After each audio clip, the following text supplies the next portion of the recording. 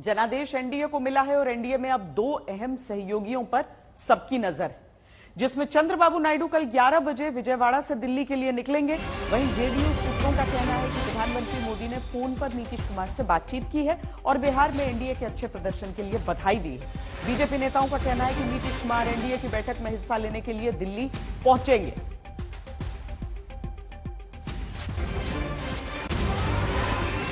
लगातार तीसरी बार इस देश के प्रधानमंत्री आदरणीय नरेंद्र मोदी जी को जनता का स्नेह और प्यार मिला है। सभी बिहारवासी और पूरे देशवासी को बहुत धन्यवाद देता हूं। ये बताएं कि अभी जो मुख्यमंत्री को लेकर विवाद फिर से उठाने की कोशिश की जा रही है। कहाँ में क्या है, कल तो प्रधान आदरणीय नीतीश कुमार जी पहले भी एनडीए के बड़े नेता रहे और कल आदरणीय मुख्यमंत्री जी दिल्ली जा रहे हैं, बैठक में अपनी बात रखेंगे। 2024 के चुनाव में अचानक एन फैक्टर की चर्चा नतीजों के दिन होने लगी। एन से नरेंद्र मोदी, जहां बीजेपी इस बार अपने दम पर बहुमत के करीब नहीं पहुंच पाई। हाँ, एनडीए जरूर बहुमत के पार है, जिसमें दो और एन यानी बिहार के नीतीश और आंध्र प्रदेश के नायडू का बड़ा किरदार है।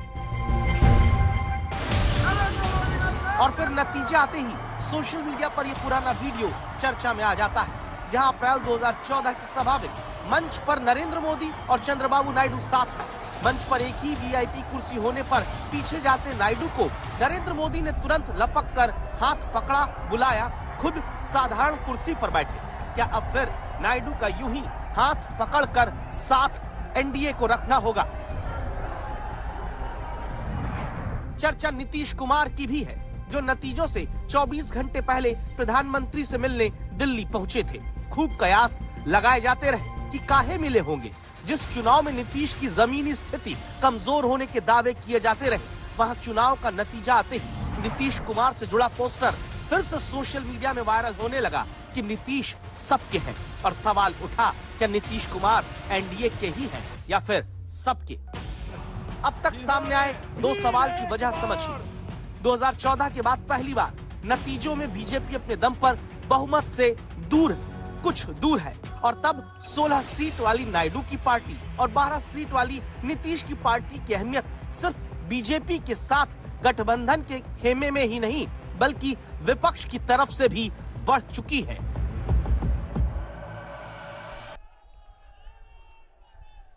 आंध्र प्रदेश में चंद्रबाबू नायडू जी के नेतृत्व में एनडीए ने शानदार प्रदर्शन किया है। बिहार में नीतीश बाबू के नेतृत्व में भी एनडीए ने शानदार प्रदर्शन किया है। साथियों, 10 वर्ष पहले देश ने बदलाव के लिए जनादेश दिया था। दोपहर को प्रधानमंत्री नरेंद्र मोदी ने चंद्रबाबू नायडू से फोन पर बात की और उसके बाद खबर आई कि इंडिया गठबंधन की सरकार बनाने के उद्देश्य से शरद पवार ने भी नीतीश कुमार से फोन पर संपर्क साधा है। और इस खबर के सामने आने के बाद आनन फानन में बिहार में बीजेपी के दोनों डिप्टी सीएम सम्राट चौधरी और फिर विजय सिन्हा एक एक करके मुख्यमंत्री आवास पहुंचे और नीतीश कुमार से मुलाकात की। राजनीति की दिलचस्प बात यह है, ना तो चंद्रबाबू नायडू ने और ना ही नीतीश कुमार ने अपने अगले राजनीतिक कदम को लेकर कुछ भी साफ और खुलकर स्पष्ट किया है। हाँ, केसी त्यागी ये जरूर कहते हैं कि एनडीए में जेडीयू हर हाल में रहेगी। हम अपने पुराने स्टैंड पर कायम हैं। हम जनता दल यूनाइटेड नीतीश कुमार जी के नेतृत्व में पुनः एक बार एनडीए में अपनी आस्था का इजहार करता है और हम एनडीए में ही बने रहेंगे। मैं किसी भी प्रकार की इस तरह की वार्ता को सिरे से खारिज करता हूं। हम एनडीए में हैं और एनडीए में बने रहेंगे। बिहार में जीत मिलते ही चिराग पासवान ने कहा कि ये एनडीए की जीत। बिहार में मांझी जीत के बाद बोल दिए कि हम एनडीए के साथ। महाराष्ट्र में सहयोगी शिंदे वाली शिवसेना ने कहा ये नरेंद्र मोदी की जीत। आरएलडी के जयंत चौधरी कहते हैं कि एनडीए को जीत मिली। वहीं नीतीश कुमार को खुद ही अब प्रधानमंत्री का दावेदार बताने की धीमी शुरुआत जेडीयू से होने लगी। नीतीश कुमार जी से बेहतर कौन हो सकता है प्रधानमंत्री? तो नीतीश कुमार एक सीजन और बहुत बेहतर पॉलिटिशियन है, जो समाज को समझते हैं, देश को समझते हैं और अपने डेमोक्रेटिक इंस्टीट्यूशन जितने हैं उनकी इज्जत करना और डेमोक्रेटिक तरीके से आगे बढ़ना, लोगों को जोड़ के चलना, फैसले में सबको साझा करना, तो नीतीश कुमार जी से बेहतर कौन हो सकता है। लेकिन बहरहाल हम लोग एनडीए अलायंस में हैं अभी, और ये सब इस वक्त कहने की बात नहीं है।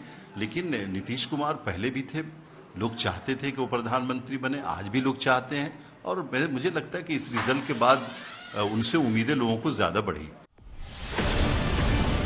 नीतीश कुमार हो या चंद्रबाबू नायडू, दोनों अच्छी तरह ये जानते हैं कि एनडीए अब अगर 300 के भीतर तक है तो इसमें उनकी पार्टी के 28 सीटों का अहम रोल है।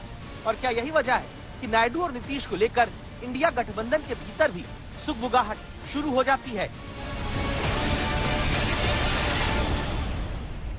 The NDA has emerged as, they are getting the majority, but some of its partners have been your partners in the past, including the TDP and the JDU. So have you decided to sit in the opposition, or there are chances of government formation by the India government? As we have said earlier, we're going to have a meeting with our partners, the India Alliance partners. I believe that meeting is tomorrow, and these questions will be raised there and they will be answered there. এখন তাকে পায়ে ধরতে হচ্ছে TDP আর পায়ে ধরতে হচ্ছে Nitish, but এদের আমি খুব ভালো করে চিনি। এরা ইন্ডিয়াটাকে ভাঙতে পারবে না, বরঞ্চ যারা ওদের সাথে গেছে ওদের অত্যাচার কতটা চলবে আমি জানি না। 2/3 মেজরিটি নেই। अभी आपने उनकी बातचीत हुई है क्या? बातचीत हुई नहीं, बातचीत करने की उम्मीद है।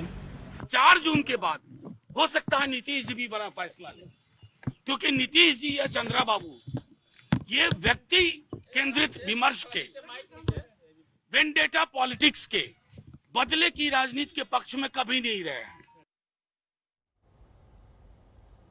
तो पहले कटाक्ष के तौर पर कहा जा रहा था, थोड़ा डोरे डालने की स्थिति में भी दिख रहे हैं सब। अब इंडिया और एनडीए दोनों गठबंधनों की बैठक भी होनी है कल, तो हमारे साथ हमारे संवाददाता हिमांशु मिश्रा जुड़ रहे हैं, जो कि हमें एनडीए आगे क्या करेगा उसके बारे में बताएंगे, और साथ में मौसमी सिंह है जो इंडिया गठबंधन की सोच के बारे में बताएंगी।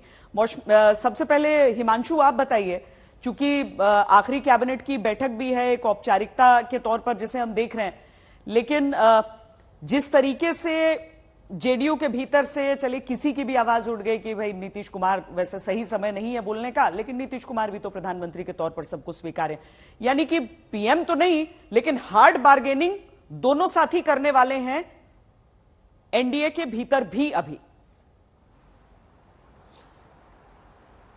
देखिए बिल्कुल ये सही बात है कि दोनों ही साथी जो हैं वो हार्ड बार्गेनिंग करने वाले हैं।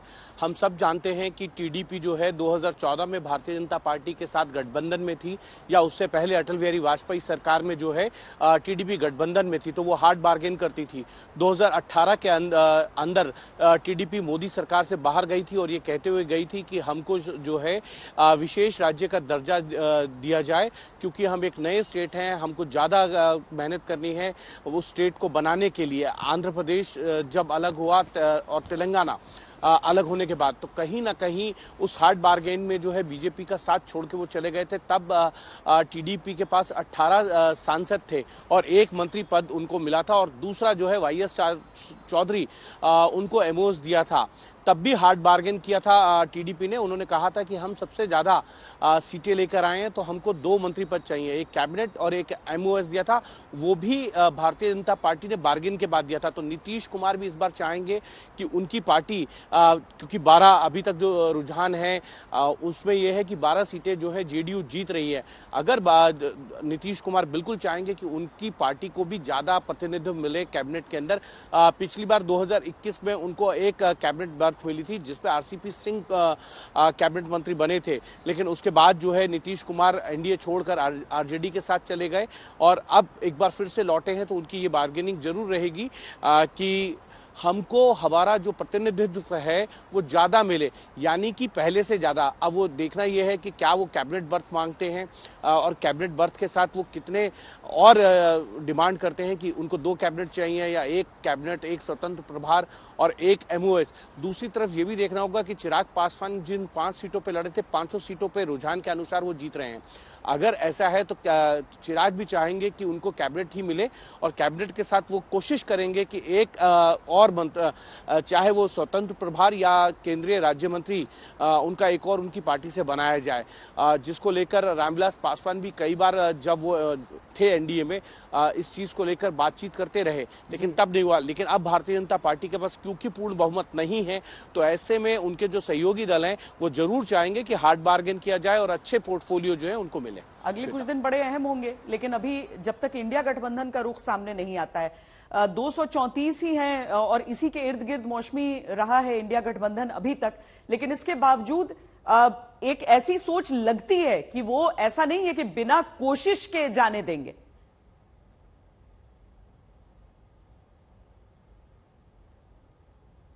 मौसमी, अगर आप एक बार चेक कीजिए कहीं आप म्यूट पे तो नहीं है, आपकी आवाज नहीं आ रही है।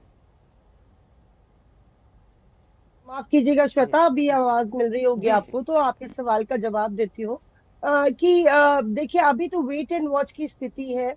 ये साफ किया गया है कि हालांकि कल शाम को 6 बजे मल्लिकार्जुन खड़गे साहब के घर पर बैठक है, उसमें सभी बड़े नेता आ रहे हैं। तृणमूल कांग्रेस से अभिषेक बैनर्जी भी उसमें पहुंचेंगे और पिछली बार की तरह शरद पवार रहेंगे, लेकिन इस बार उद्धव ठाकरे भी मौजूद रहेंगे, अखिलेश यादव, तेजस्वी यादव।